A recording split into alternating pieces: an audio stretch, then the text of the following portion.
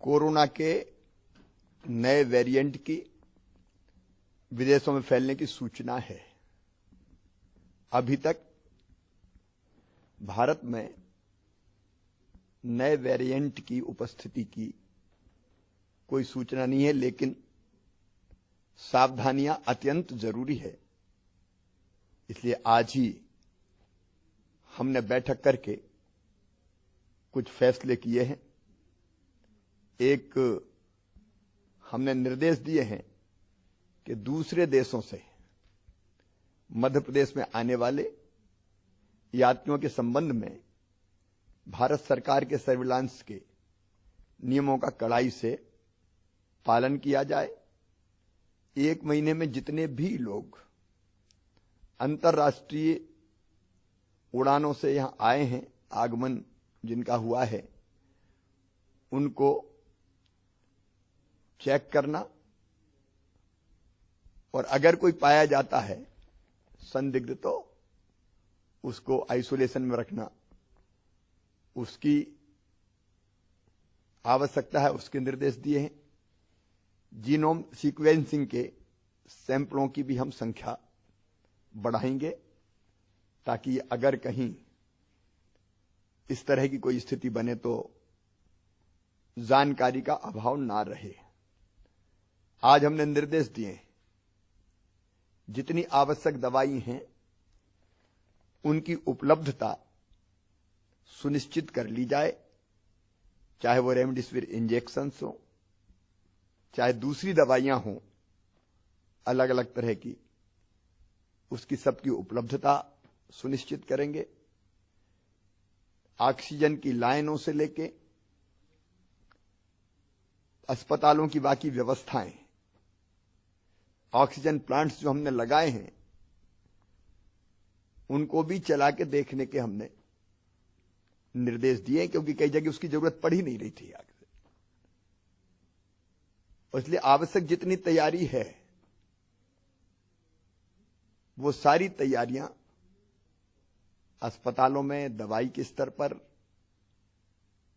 फिर रोज जो टेस्ट होते हैं उसके स्तर पर अभी लगभग 58-60 हजार हो रहे हैं। हम उसकी संख्या और बढ़ाने का प्रयास कर रहे हैं। फिर भारत सरकार और WHO के निर्देशों का पूरी तरह से पालन करेंगे, उस दिशा में भी निर्देश दिए हैं, कार्रवाइयां हम करेंगे। एक जिसमें सबसे ज्यादा सावधानी की जरूरत है, हमारे 18 साल से कम उम्र के बच्चे, क्योंकि उनका टीकाकरण नहीं हुआ है और इसलिए हमने तय किया है तत्काल प्रभाव, मतलब कल से, आज तो रविवार है, स्कूल खुलेंगे, लेकिन स्कूल में बच्चों की संख्या 50% होगी। मतलब 6 दिन में से 3 दिन बच्चे पढ़ने स्कूल जाएंगे। 50% कैपेसिटी के कारण 50% एक दिन आएंगे, 50% दूसरे दिन आएंगे।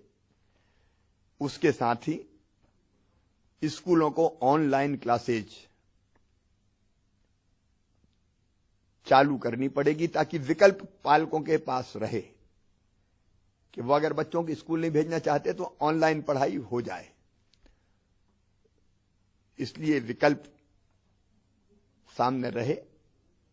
पेरेंट्स की इच्छा होगी तो ही बच्चे स्कूल जाएंगे। बिना पेरेंट्स की अनुमति के बच्चे स्कूल नहीं बुलाए जाएंगे। पेरेंट भेजेंगे भी नहीं, लेकिन हम उनकी अनुमति आवश्यक होगी। सेकेंड डोज टीके का लगभग हमारे यहां 62% को 62.5% लोगों को लग चुका है। रोज टीके लग रहे हैं, लेकिन 1 तारीख को हमारे टीकाकरण का फिर विशेष अभियान है, महाअभियान। सभी से मैं अपील करता हूं कि पूरी ताकत से जुट के जो शेष बचे हैं सेकंड डोज के लिए या फर्स्ट के लिए भी कोई शेष बच गया है तो उसका टीकाकरण पूरा हो जाए। 29 तारीख को पहले से ही मेरा तय था कलेक्टर एसपी के साथ वीडियो कॉन्फ्रेंसिंग का, तो उसमें हम कोविड की पूरी समीक्षा करके सभी आवश्यक निर्देश कल कलेक्टर्स को, एसपी को, संबंधित और अधिकारियों को, कमिश्नर, आईजी सबको दिए जाएंगे। प्रदेश पूरी तरह से अलर्ट पर रहेगा। 1 तारीख को सवेरे मैं 10 बजे क्राइसिस मैनेजमेंट कमेटियों से चर्चा करूंगा। क्राइसिस मैनेजमेंट कमेटी हमारे जिलों की, मंडलों की, ब्लॉक्स की और पंचायतों की, और सबको हम तैयार रखेंगे कि अगर तीसरी लहर आती है तो उससे लड़ने के लिए हम कमर कस के तैयार रहें, क्योंकि बिना समाज के सहयोग के ये लड़ाई जीतना कठिन होता। पहले भी समाज के सहयोग से हम लोग जीते हैं। मास्क लगाना और दूरी बनाना, अभी हम कार्यक्रमों पर प्रतिबंध नहीं लगा रहे, हम लोग नजर रखे हुए हैं स्थिति पर, वो देखेंगे। लेकिन ये अपील और आग्रह सभी प्रदेशवासियों से है कि कार्यक्रम में जाएं लेकिन मास्क लगाए रहें, यथासंभव दूरी बनाए रखें, हाथ पहले की तरह साफ करते रहें, और जरा भी लक्षण अगर दिखते हैं तो तुरंत टेस्ट, वैसे भी टेस्ट में सहयोग करें लेकिन तुरंत टेस्ट करवाएं।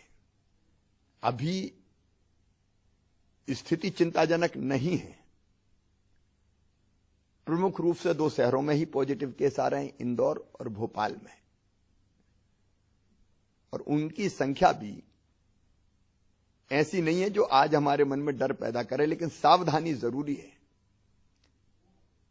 क्योंकि इंदौर से फिर बाकी जगह मालवा और निमाड़ में और भोपाल से आसपास अगर संक्रमण फैला तो वो फैलता है, और इसलिए कॉन्ट्रैक्ट ट्रेसिंग, जो पॉजिटिव पाए गए उनका पूरा ध्यान कि वो आइसोलेशन में रहे, कॉन्ट्रैक्ट ट्रेसिंग, अस्पताल में जाने की जरूरत है तो अस्पताल ले जाने की व्यवस्था, ये हम सब करेंगे, क्योंकि अफ्रीका में और दुनिया के कई देशों में ये जो नया वेरिएंट है वो और ज्यादा तेजी से फैलता है, ऐसे समाचार आ रहे हैं। इसलिए सावधानी आवश्यक है, और मैं प्रदेशवासियों से अपील करता हूं कि बिल्कुल भी असावधान ना रहें। संक्रमण फैलने से रोकने के लिए जो आवश्यक नियम है उन सब का पालन करें। सरकार आपके साथ मिलकर कोई कसर नहीं छोड़ेगी। हमारी कोशिश रहेगी कि तीसरी लहर